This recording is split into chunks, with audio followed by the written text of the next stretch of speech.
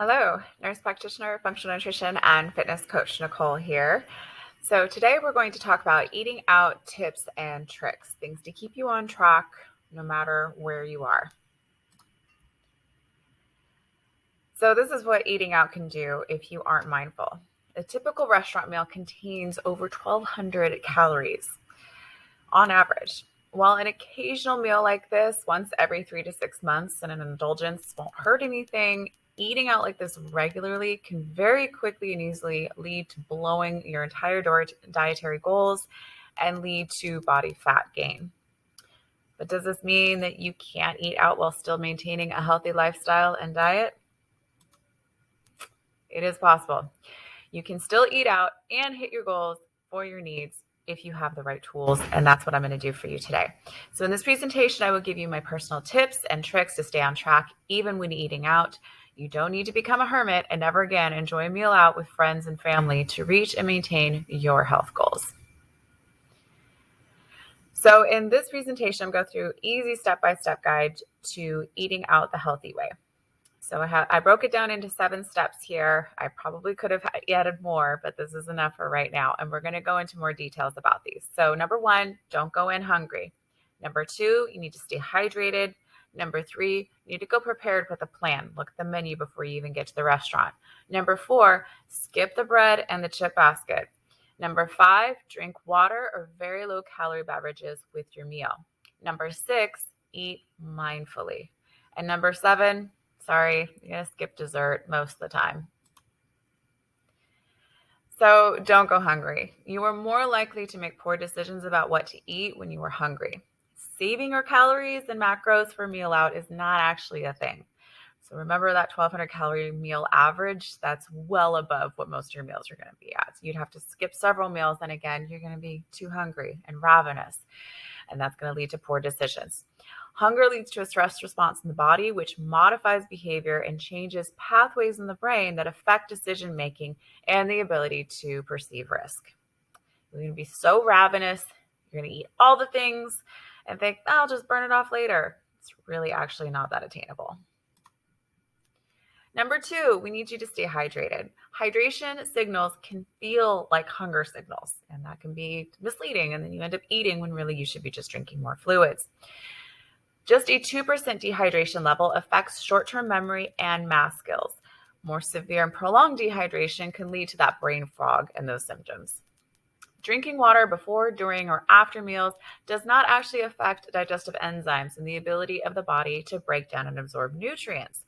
In fact, it actually helps, and this has been proven in some studies done by the Mayo Clinic. So just in case there were that misconceptions out there.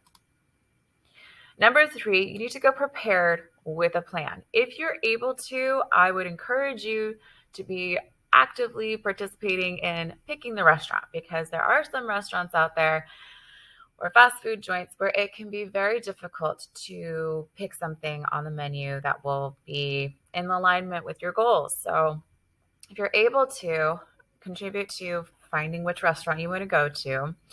And then you want to look at the menu before you go into the restaurant if you're able to, and make your choice of what you're going to order before you even step inside. Because once you walk in, again, you're probably hungry. It smells really good. You see somebody else's food. You're like, oh man, that looks good. It's just harder to make that decision. So if you go in with a plan, you've already made your choice. You don't think about it. We're not trying to draw on willpower when we just don't have it to give. That's a very limited resource. Let's preserve that for other functions, okay?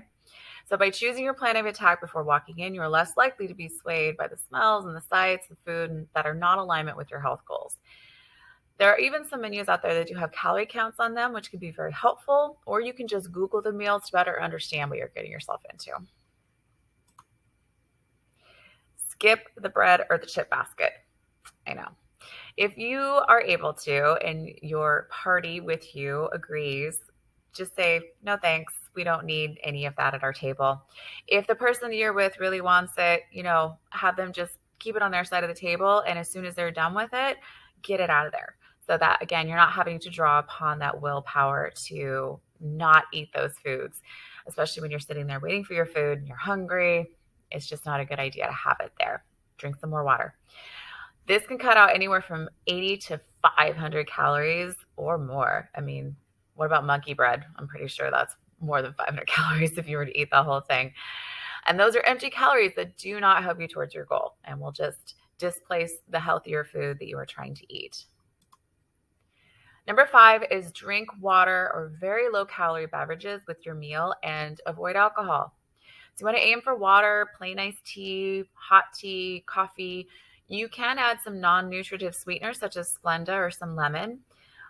If you are dairy free, maybe you can ask if they have a little bit of almond milk or soy milk that you could like splash in there. If you are okay with dairy and it doesn't bother your stomach, then having some half and half would be fine.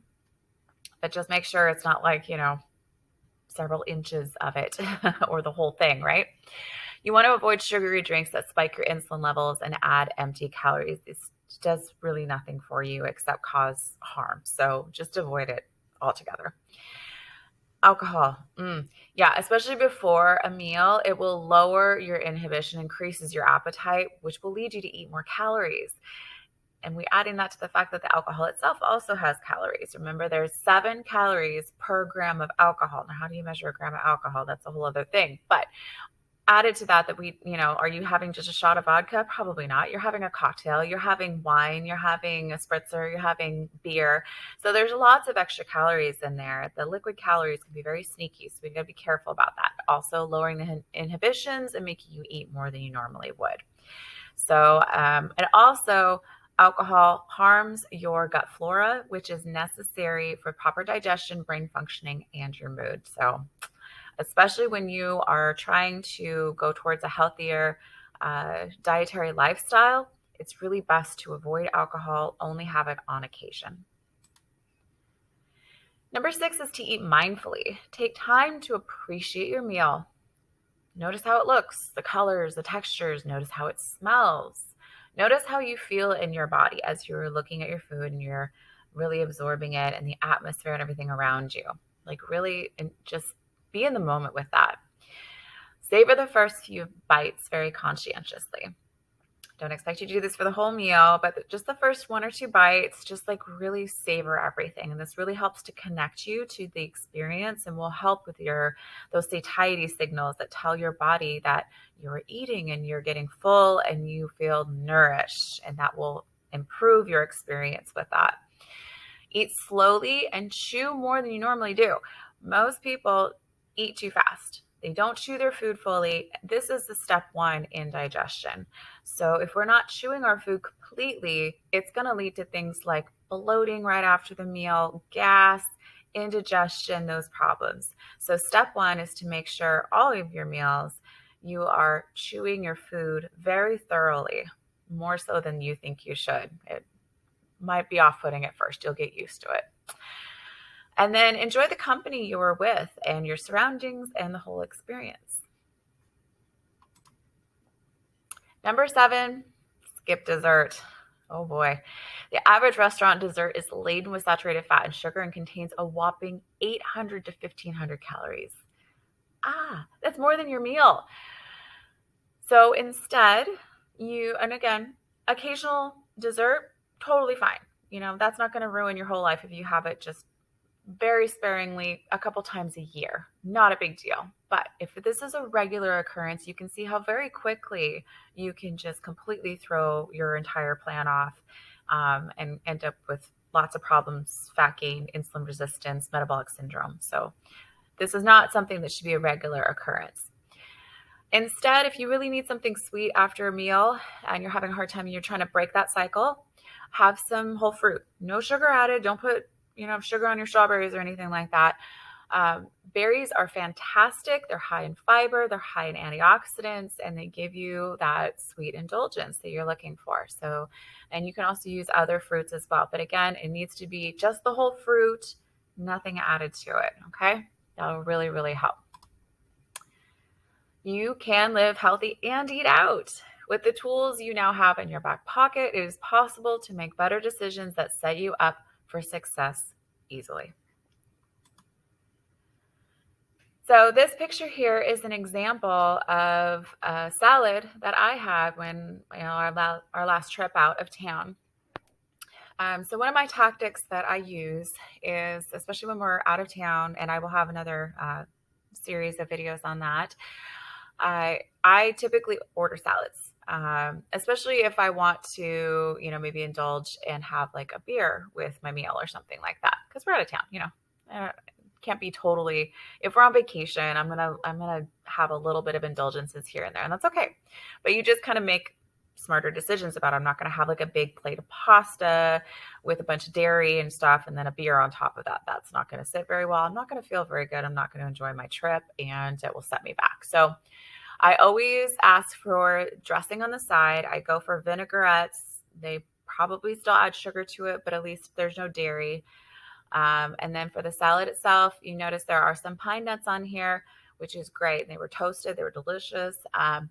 But make sure that there's not candied nuts, because then we're just adding extra sugar that we just do not need. And that negates any of the health benefits that would have been there for those, like the walnuts or the pecans or something. When they candy those, that's pointless. Like, just take those out. No cheese. And then I add chicken. And they gave me a nice big serving of chicken here. It was about almost 5 ounces, which was awesome. Most restaurants really shortchange you on the protein. So you can always double the protein. You don't have to pay for that. Or another tip that you can do is have a protein shake before you go to the restaurant. That way, number one, you're not going to be too hungry. Number two, you've at least gotten a good dose of protein before you go in. So if the meal doesn't really have quite enough, it's okay. You already covered yourself with some insurance with a protein shake. So that's a good thing to do. All right, so thank you so much for your time and attention. This is a very quick little video, but the tips are very helpful. I also have a PDF that will be attached below this video that you can download and even print off if you want to and take with you. Share it with your friends. And if you have any questions, do pop them into the community group on Cohere and tag me there so that it notifies me when you do ask a question so I can get back to you promptly. Thank you so much.